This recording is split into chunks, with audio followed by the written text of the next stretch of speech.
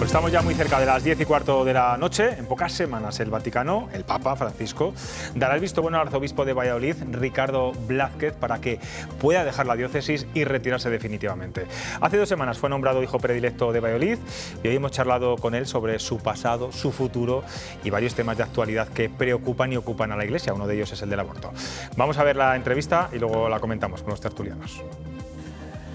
El pasado 7 de mayo, Valladolid nombró hijo predilecto al arzobispo de Valladolid, al cardenal Ricardo Blázquez, tras 12 años al frente del obispado de esta diócesis, y lo hizo con un emotivo homenaje a las puertas de la catedral, donde además don Ricardo dijo y anunció que quería ser enterrado en la catedral, precisamente, bueno, de alguna forma para sellar un doble compromiso, un doble sentido de pertenencia a la ciudad, por un lado como arzobispo, por otro lado como ciudadano, y por eso hoy nos hemos trasladado hasta aquí, hasta la catedral. Estamos en el coro, junto al presbiterio, junto a la nave central de este importante templo para Valladolid, para entrevistar a don Ricardo Blázquez. ¿Qué tal? ¿Cómo está? Gracias por recibirnos. Muchas gracias, encantado.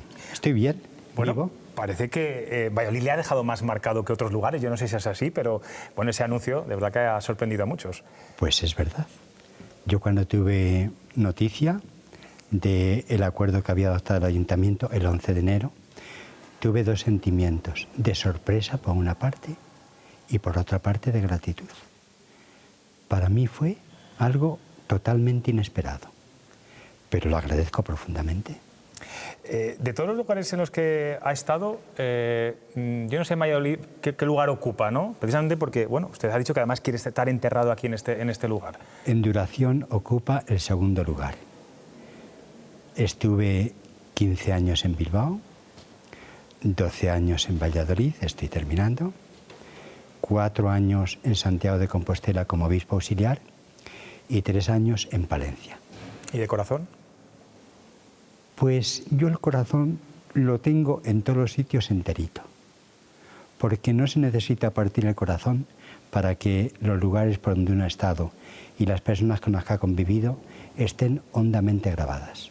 Yo me siento encantado con todas las diócesis. Y don Ricardo, ¿qué queda de aquel tal Blázquez que le definió en su día Xavier Arzallus cuando supo que iba a ser usted obispo de Bilbao? Precisamente lo dijo con ese modo de desprecio de alguna forma por no ser vasco, por no saber euskera. ¿Qué queda de aquel hombre? Ha llovido mucho después, y particularmente en el País Vasco llueve mucho.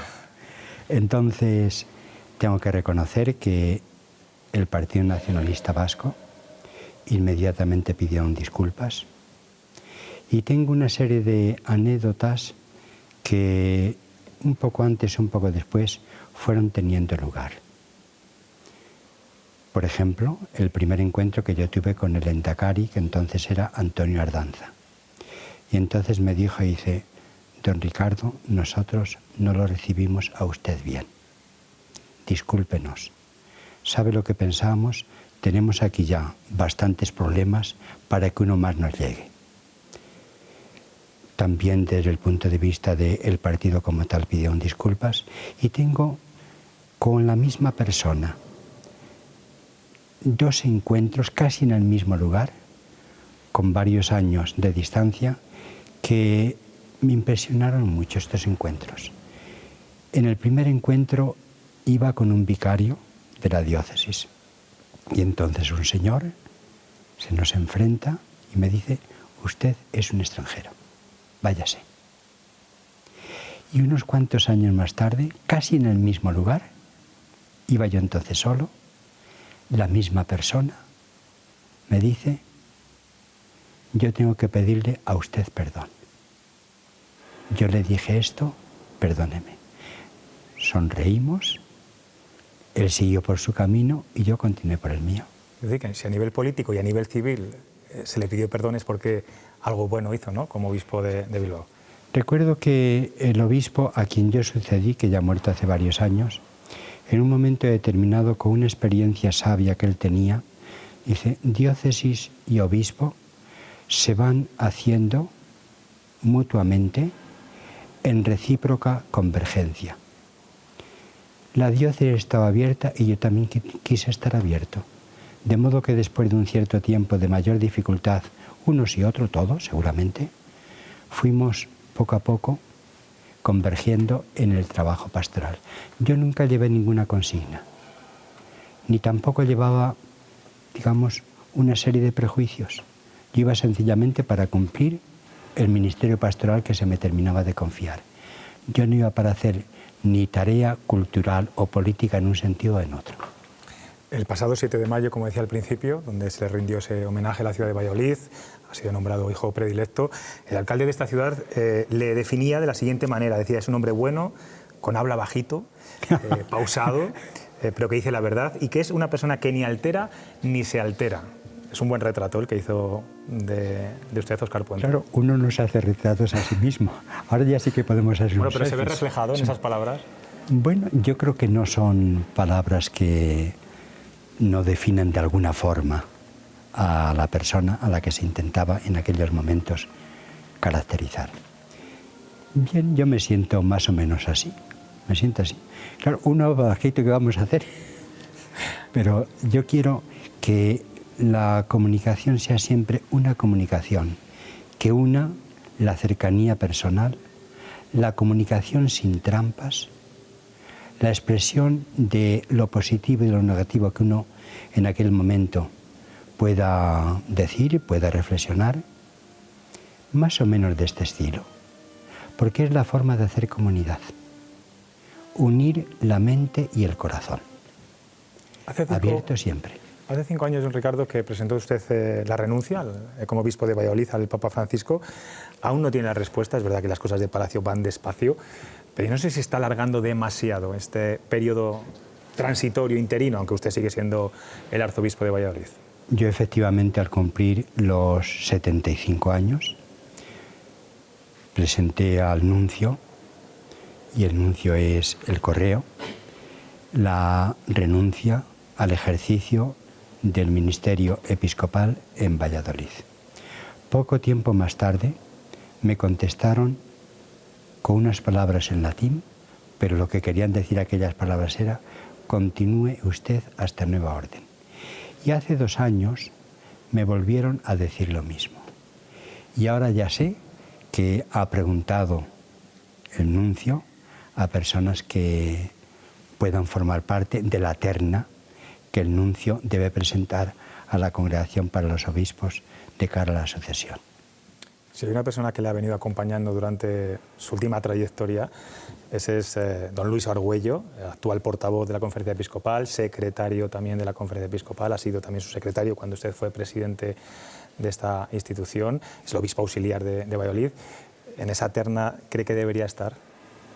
Yo lo que puedo decir, y lo digo, es que es un candidato excelente. Después, a quienes el señor nuncio pone en la terna, y si tiene, digamos, preferencia, prelación por alguno de los nombres, yo eso no lo sé. Y no es que lo quiera ocultar, es que no lo sé. ¿Ha pensado ya qué va a hacer cuando deje el arzobispado? Cuando se jubile o se retire, no sé si se puede decir así. Yo creo que se puede decir de 3 formas. Yo pasaré a la condición de mérito. Arzobispo emérito, ¿no? Arzobispo emérito de Valladolid. También es la jubilación, y la jubilación pues significa también gozo. Después de años de trabajo viene un descanso. Es otra forma de expresarlo. Y también a veces decimos retiro. Y retiro también es una palabra que tiene un contenido estupendo. Evidentemente nos retiramos del quehacer diario, de las actividades oficiales. Un retiro las espiritual, mismas relaciones sociales se recortan, y entonces uno pues se retira para convivir con otras personas, también para rezar, sencillamente para pasar a otro nivel de vida desde el cual se puede ver la vida más de frente y quizá con mucho menos protagonismo. Y creo que vuelva a su tierra, Ávila, ¿no? Si Dios quiere, yo iría a la casa sacerdotal de Ávila, donde actualmente están viviendo compañeros de seminario. Yo no quiero vivir solo. Yo quiero vivir con otros compañeros, compartiendo la amistad, la celebración litúrgica, la mesa, la comensalidad, la relación. también me queda más cerca de la familia, y también la voz de los orígenes. Llega un momento en que un poco en todos, yo ciertamente lo experimento, que resuena en nuestro interior. Y no es que se quiera oír de nadie. Yo estoy encantado aquí en Valladolid, pero si Dios quiere, cuando el Papa me diga que ya puedo marchar, yo marcharía para allá. Ya tengo las maletas hechas. Ya tienes las maletas hechas. Yo tengo ya la habitación asignada desde hace algún tiempo. Y los libros los he ido repartiendo en las bibliotecas de los seminarios, de las diócesis, por donde yo he ido pasando. O sea, usted está, digamos, en modo despedida ya, se está despidiendo de... Poco a poco. Poco a poco. Poco a poco. Hay un tipo de instrumento, por ejemplo, de libros y eso, que yo ya no voy a necesitar, pero seguramente hoy, mañana o pasado pueden servir a otros. Muy interesante eso que dice de volver a las raíces, ¿no? Usted ha sido presidente de la Conferencia Episcopal, lo cual me imagino que le ha permitido tener una visión, bueno, pues muy general, muy amplia de nuestro país. ¿Qué estado de salud tiene en estos momentos la fe en España? ¿La Iglesia o la sociedad en general se está alejando cada vez más de la Iglesia y la Iglesia no es capaz de retener a sus fieles, que parece que es la idea más extendida? Yo creo que efectivamente es necesario reconocer que la participación en la vida de la Iglesia, en los sacramentos, en la celebración eucarística, en otra forma de participación, de grupos, etc., pues yo creo que ha disminuido. Tenemos aquí el interrogante de los 2 años y más de 2 años que ya llevamos con la pandemia, porque aquel confinamiento a muchas personas las ha retenido posteriormente y a veces tienen reparo, se resisten a entrar en una forma de comunicación como venían teniendo. Todavía no podemos del todo deslindar lo que procede de la pandemia. Pero más por miedo físico que por crisis de fe, entiendo, ¿no? Puede haber también crisis de fe, yo no digo, porque no es fácil escrutar esto. Yo lo que puedo decir es que durante el tiempo del confinamiento yo presidí la celebración de la Eucaristía que se retransmitía el domingo y el responsable de la retransmisión me dijo que se había más que doblado el número de televidentes, la audiencia. de audiencia de la celebración de la Eucaristía. ¿Qué es lo que hay? Últimamente se ha multiplicado, como era de prever, el número de matrimonios celebrados canónicamente. Este año, según dicen los párrocos, el número de primeras comuniones también ha aumentado. No sabemos. Yo creo que se puede decir que quizá estemos más bien en una situación un poco de descenso. ¿Y cómo ve la relación Iglesia y Estado en estos momentos? ¿Hay menos sintonía que la que ha habido en otros momentos? Pues miren, nosotros queremos por parte de la Iglesia que la relación con las autoridades civiles, con el Estado, sea una relación que quede marcada por una mutua independencia y una sana colaboración. Son las expresiones que el Concilio Vaticano II, bien pensado, utilizó para describirlas. Y así queremos nosotros hacer. Hay todos, una llamada, una colaboración al servicio del bien común. Y yo estoy convencido, y además con pruebas, que también el cultivo de la dimensión religiosa también es un servicio al bien común. No es el único servicio al bien común, pero también este. ¿Y por parte del Gobierno también ve ese interés que tiene la Iglesia? Por parte del Gobierno podemos pensar que hay cuestiones en que la convergencia es plena, sin ningún problema. A veces presenta unos proyectos de leyes o aprueba en el Parlamento, no siempre con la suficiente discusión, porque hay cuestiones muy serias que tienen que ser civilmente discutidas. Y ahí podemos tener, y de hecho tenemos divergencias. Imagino que, bueno, por ser lo más reciente, la ley del aborto aprobada. Por ejemplo, en relación con el aborto, yo me he preguntado, y lo he dicho, ¿cómo es posible que, teniendo ya preparada una sentencia al Tribunal Constitucional, a un recurso a una ley del aborto que se aprobó hace años ya, ¿por qué no se ha publicado esta ley? Ahora, una segunda ley del aborto, ¿qué relación va a tener con la anterior? Y en relación con el aborto, a mí me parece que tenemos que mirar las cosas de frente. Hoy la ciencia es unánime para decir que desde el primer momento de la concepción es una vida humana distinta la de los padres.